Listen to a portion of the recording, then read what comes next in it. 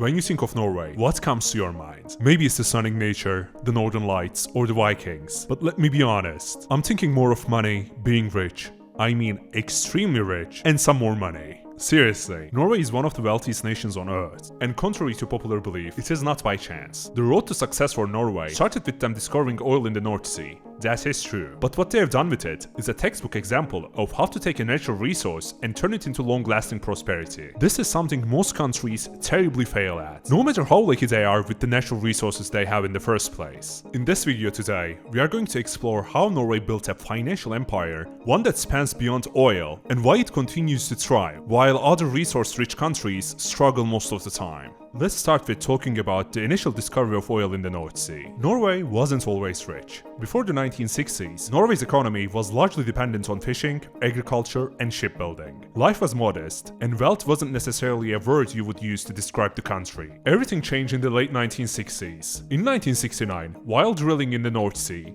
Norway struck oil. This discovery was the start of Norway's oil boom. Even though discovering large amounts of oil seems like a dream scenario, oil discoveries can be a double-edged sword. There is this thing called the resource curse, and many countries with vast oil reserves often fall victim to it. The natural resources, more often than not oil, becomes a crutch for the economy, fueling corruption and creating vast inequalities. So, things that happened next after discovering oil are what set Norway apart. Rather than getting caught up in short-term profits and spending sprees to please the general public, Norway's government took a radically different approach. In 1990, they created the Government Pension Fund Global, better known as the Norwegian Sovereign Wealth Fund. What this fund does is simple yet genius. It invests oil revenues in international stocks, bonds, and other assets, diversifying the country's wealth away from just oil. Today, the fund is worth over $1.3 trillion, making it the largest sovereign wealth fund in the world. To put that into perspective, that is over $200,000 for every Norwegian citizen. The fund acts as a safety net for future generations, ensuring that Norway's wealth doesn't disappear when the oil eventually runs out or becomes less relevant in the future.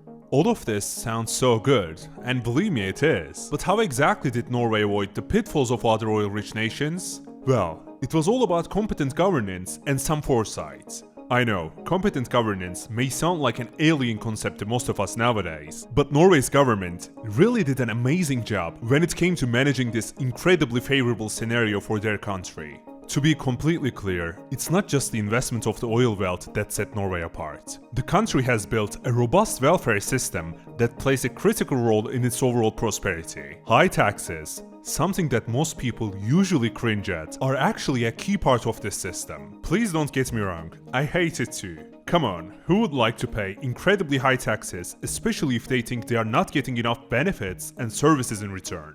We all know just how inefficient governments can be, so having very high taxes doesn't always equal better services being provided by the government to the people. Fortunately, in Norway's case, Norway's high taxes fund a social safety net that includes free education, universal healthcare, and generous social security benefits. All of these aren't just feel-good policies. They all contribute to a highly productive society. By providing free education, the country invests heavily in its future workforce. Access to healthcare ensures that people can contribute to the economy for a longer time period. And social security programs stops extreme poverty from happening, which can heavily destabilize the economy. So basically, if you are born in Norway, no matter what your economic background is, you can be sure that you will have many opportunities to succeed. This of course helps create a more stable society, which in turn fosters long-term economic growth. When we compare Norway to some other oil-rich countries, the differences become clear very quickly. Most oil-rich countries still remain completely dependent on oil revenues, but Norway took steps early on after the discovery to diversify its economy. Of course, oil still plays a significant role for Norway's economy. Thankfully, Norway's government, on top of international investments, also invested heavily in other sectors, such as technology, renewable energy, and maritime industries.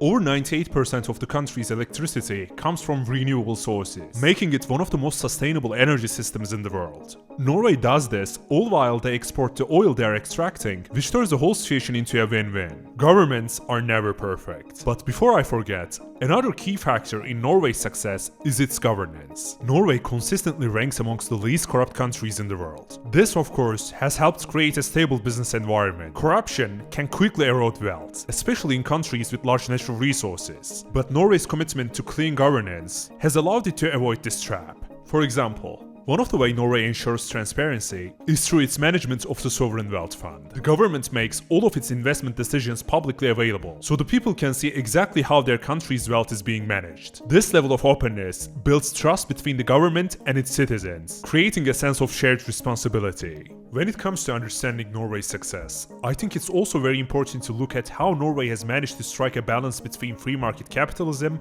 and regulatory oversight. While the private sector plays an essential role in the economy, the government is heavily involved in regulating certain industries, particularly those related to natural resources and public welfare. This careful balancing act ensures that markets remain competitive while also protecting the public interest. So, that was me praising Norway for 5 straight minutes. And I think there's only one question left to ask. What can other countries learn from Norway's success? For starters, it's a lesson in long-term thinking. Norway didn't just get lucky with oil. I mean, they did, but as I explained in this video, they made deliberate choices about how to manage that wealth effectively, prioritizing long-term stability over short-term gains, which is way easier said than done, if you ask me. Second, it's about striking a balance. Norway has managed to balance capitalism with social welfare, natural resource extraction with sustainability, and economic growth with transparency and accountability. It's not a perfect system by any means, but it is one that other nations could certainly learn from. At the end of the day, Norway has turned a resource that has been a curse for many countries into a blessing. It was all through careful planning and good governance.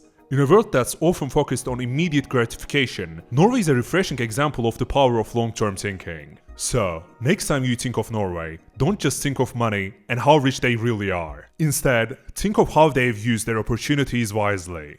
Thank you so much for watching and listening. I hope to see you on the next one. Take care till then.